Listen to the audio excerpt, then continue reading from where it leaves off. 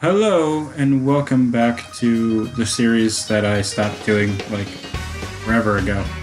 I don't know how long because I don't have a time frame in my head right now. Hey guys, me from the future here telling you that this video is going to be coming out a day later because I was really busy when I actually had time to edit it. Because yesterday, as the filming of this little video, was my girlfriend's birthday and we went down to New York City and we spent all day there.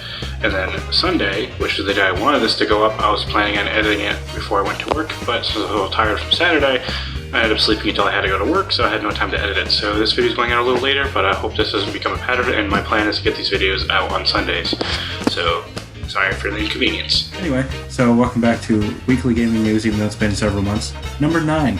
And I tried to improve things a little bit by actually scripting things out and not just rambling for 15 minutes. So yeah, the background behind me is kind of plain because I didn't plan on having it set up here, but I was having trouble in my new office, so I decided to film it in my bedroom with a plain ass gray wall and some towels behind me. Hope you enjoy. So the first story I want to talk about is that the Sky developer NIS is in some financial trouble.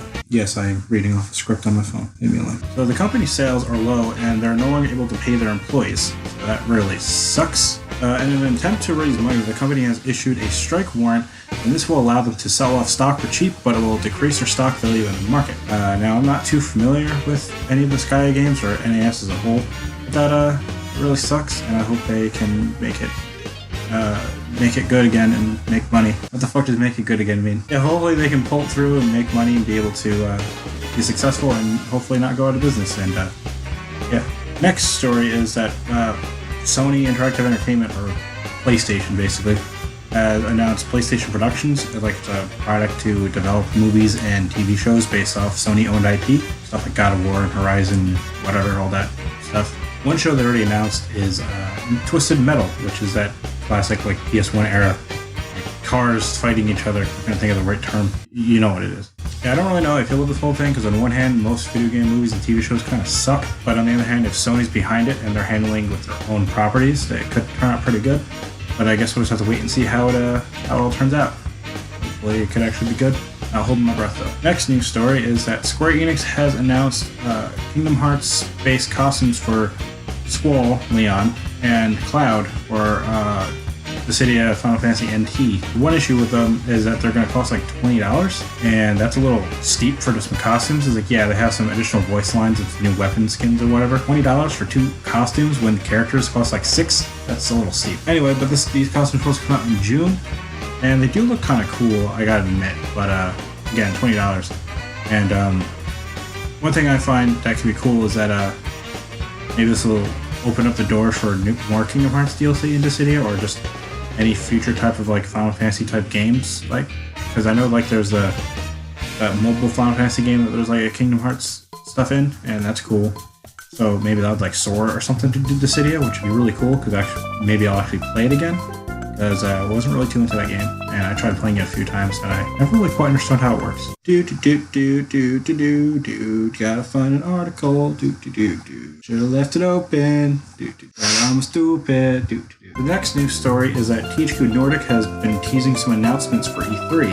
Apparently it's a long-awaited return of a galactically beloved franchise and a new vision of a beloved game. So, if one of those things sounds like Destroy Humans, which would be pretty cool. These 2 unannounced games were detailed in 2 appointments that THQ Nordic booked for E3, and there's some descriptions right here. I'll just read the article because I don't know how else to word it. THQ Nordic at E3 unannounced game number 1. THQ Nordic is booking for an unannounced title that you will absolutely want to get in to see. I can't reveal what the title of this remake is, but it is the long-awaited return of a galactically beloved game/franchise. There is a hands-off demo available, no direct feed recording, no off-screen camera recording, B-roll unedited gameplay footage will be supplied. THQ Nordic at E3 unannounced game number 2. Blah, blah, blah. Okay, basically the same thing. So it sounds like they have some stuff to announce at E3, and we just have to look forward to that. One of them definitely sounds like it could be a Destroy Humans like remake or a reboot or something like that. I know they re-released Destroy Humans 1 and 2 on the PSN not too long, like a couple years ago actually. I have them both. And yeah, those games are cool. So hopefully it can be a new one or something like that. Next story is about GameStop. So the struggling retailer has announced some upcoming changes to the Powered Up Pro membership, and they're not good. So they used to pay like $15 a year to get like all the bonuses and stuff, but now it's going to go up to $20 a year. That's not too bad. It's only $5 a year. That's not terrible, but that's not it. Now you no longer get a 10% discount on pre-owned games, but instead they're replacing it with a monthly $5 coupon, but that coupon expires. So if you don't use it, you lose it, and that's sucks. I know not everybody shops at GameStop all the time. Obviously, the retailer is struggling. I know I go there every now and again. I've been going there a lot recently to buy like old PS3 games because a lot of them are really cheap now. And there's a bunch of games I either used to have that no longer have, or never had but always wanted or something, or they look weird and I'm going to make a Let's Play video about it. So the only thing that's staying the same is that you get an extra 10% on all trade-ins if you're from them, which is cool if you trade in games. I never do, but a lot of people do. I guess my overall thoughts about this is like I kind of understand it. Like obviously the company is struggling and they want to try to find a way to make money and save money, and I get that. I just think this is not necessarily the right approach. I don't really think there's any saving GameStop at this point, which is unfortunate because I do like GameStop. You know, people rag on them all the time. You know, and all the jokes like we'll give you $5 for like 50 games. It's like really not that egregious, but I get it. You know, they see a value in something and they need to make a profit. It's like pawn shops. So people have those memes about Pawn Stars and stuff. Like, well, yeah, they need to make a profit. But, yeah, this sucks.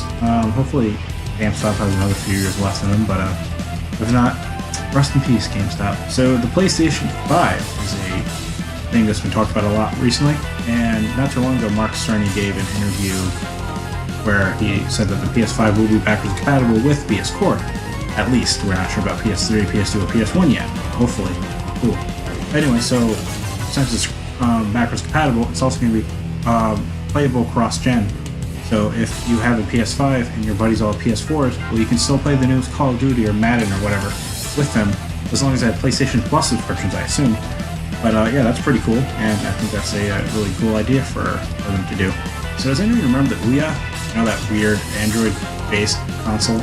Well, it's officially dead now. Razer, who I guess supplies their servers, they announced that on June 25th they're going to officially pull support for it, and I don't think anyone really cares. I remember when the Kickstarter campaign first came out, and I thought the thing looked kind of cool and interesting, and I was thinking about getting one, but I never really did. I think it was just broke at the time. But after hearing how bad it was years later, I was like, nope. And now it's dead. So rest in peace, Ouya, I guess.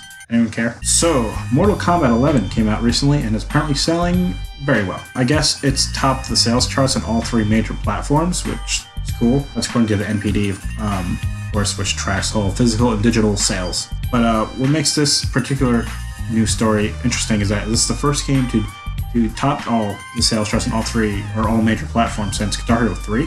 So that's pretty cool.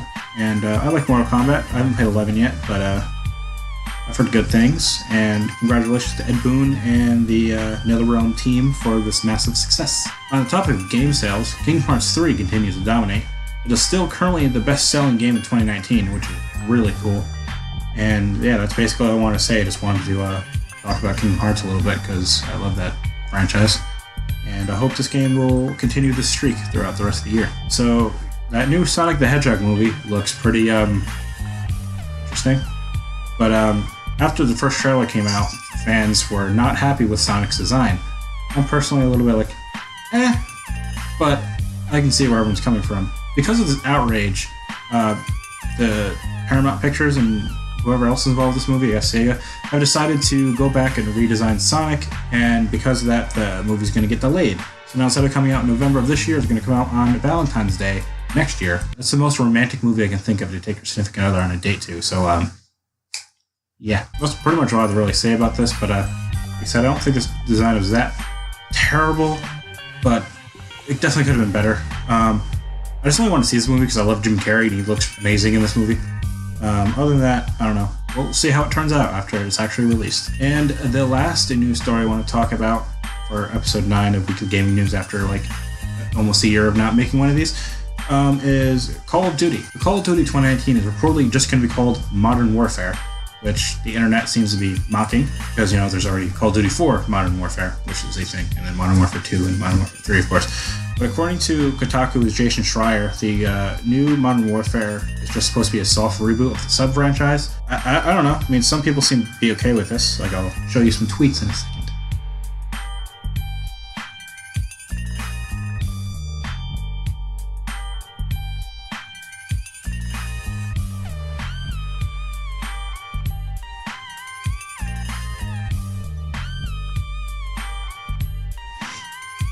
So this first one I saw was from Greg Miller of Kind of Funny, and he said, I have absolutely no problem with them calling it Call of Duty Modern Warfare, nor do I find it ridiculous in any way.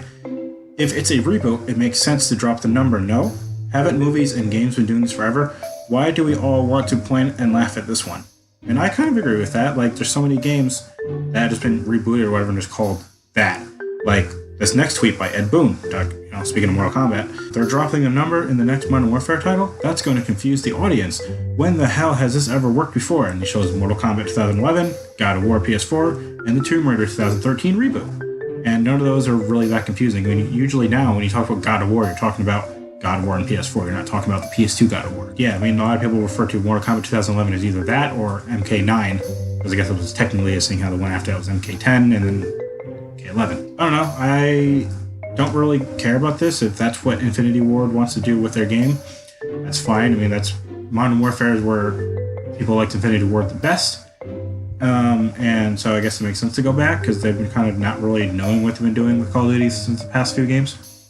Their games, anyway. I like Call of Duty sometimes. I haven't played a full campaign of one since Ghosts, and I played a little bit of Advanced Warfare. And I think Call of Duty campaigns are fun. Don't give a single fuck about it online, though. Anyway, so that's all I have to say about Call of Duty. And that's pretty much going to wrap it up for this video. So hopefully I can continue doing this regularly again if I stop procrastinating and being a lazy piece of shit. And I will keep making these videos. I just repeated myself. Anyway, so I hope you guys enjoyed that video, and I will hopefully see you next week for episode 10 of this weekly show, if I continue on this trend, which we'll have to see. So let me know in the comments, if anyone actually sees this video, what you think about all this news, and I'll see you guys next week.